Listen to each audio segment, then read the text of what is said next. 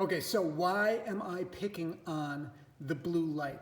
Well, for 99% of you watching this video, you are blue light toxic. You're getting way too much blue light and not enough of the other spectrums of light, specifically red, infrared, and UV light. And how do I know this? Well, you're mostly living indoors. You go to work, you go to the gym, and then you stay in your house all day. You're not getting enough natural light. Now, why is blue light bad? It does a few different things to you.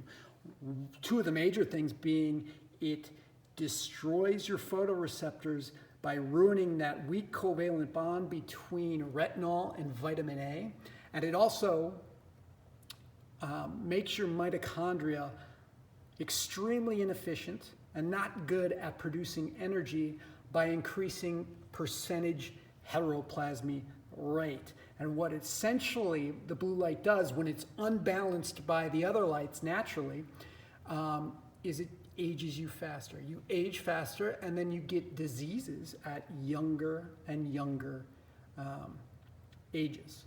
So you kind of want to think of natural light, as sunlight, as like eating an apple every day. So an apple a day keeps the doctor away. There are studies out there that show, you eat an apple a day, your chances of diabetes go down. But there's also another study, as you see in the blue light diet here, that if you drink apple juice every day, your chances of getting diabetes go up. And why is that? Well, nature packaged the apple, made the apple, as it should. You eat everything and everything kind of works synergistically together.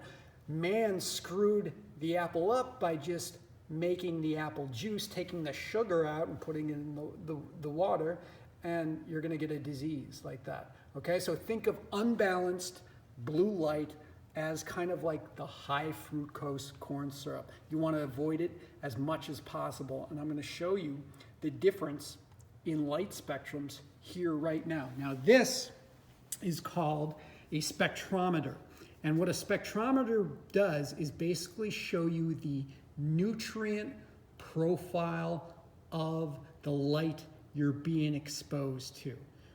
So when we take the nutrient profile of sunlight, so if I open the door here and I put the spectrometer up to the sun and take its nutrient profile, we see that, look at how full that is. I want you to notice how full that is, how many different colors are included in that spectrum, and then also notice how the blue and the red are just about equal. They're nice and balanced. There's a lot of red and a lot of blue. Now, blue is stimulatory and red is regenerative.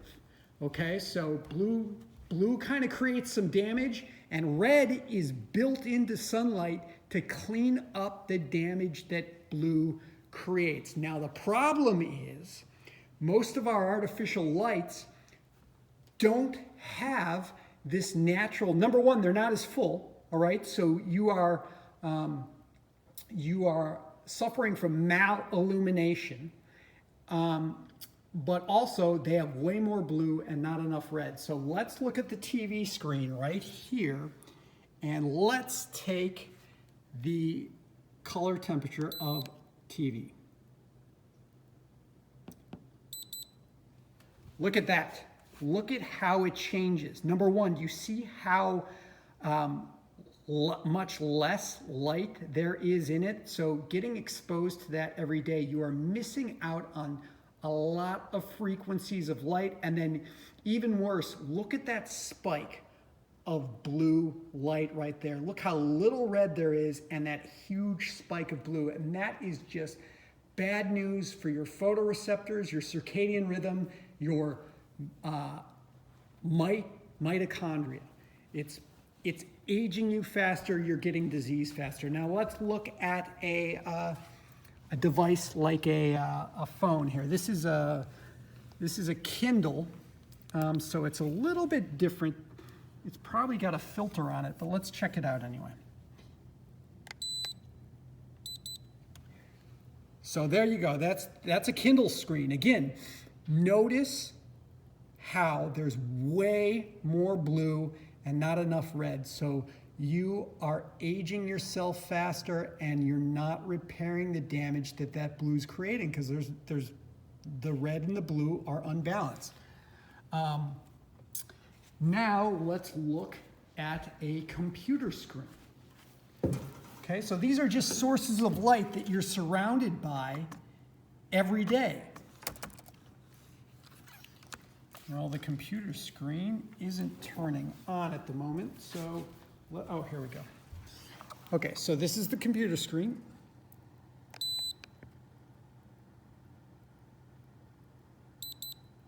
Boom, look at that. Again, way more, that spike of blue, way more blue than red. So this is just aging you faster and destroying your mitochondria.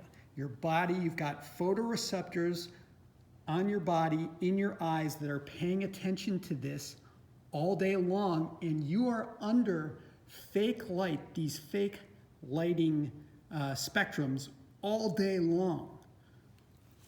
This is a CFL bulb that the government wants you to use to save money on electricity. Now, I'm going to take the temperature of this right here. I mean, look at that. Look at how bare that is, and look at those bad spikes, hardly any red light. If you are living under this all day long at work or in school, you are getting a disease very fast. Now, there is one saving thing. If you're going to use any light at all, you want to use an incandescent light. You don't want to use LEDs. You don't want to use CFLs. Incandescent, here is the profile of an incandescent. You see how much fuller it is than that CFL bulb I just showed you? And look, the other neat thing about it is there's less blue and way more red. So switch all your lights to incandescents over LEDs or CFLs. And again, you are just suffering from malillumination. You are getting way too little red and way too much blue light. Now again, we look at the sun. Now that you have a sense of all those other lights, this is what you should be getting every day.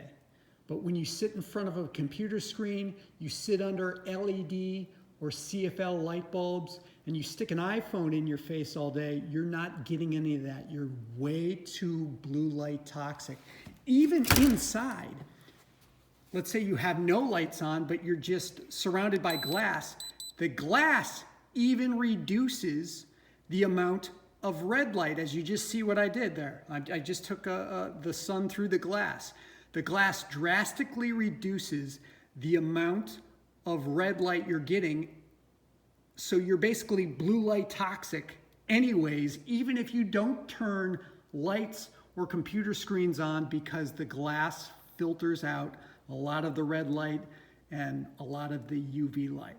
So you're blue light toxic. That's why I'm picking on the blues. www.bluelightdiet.com for more info.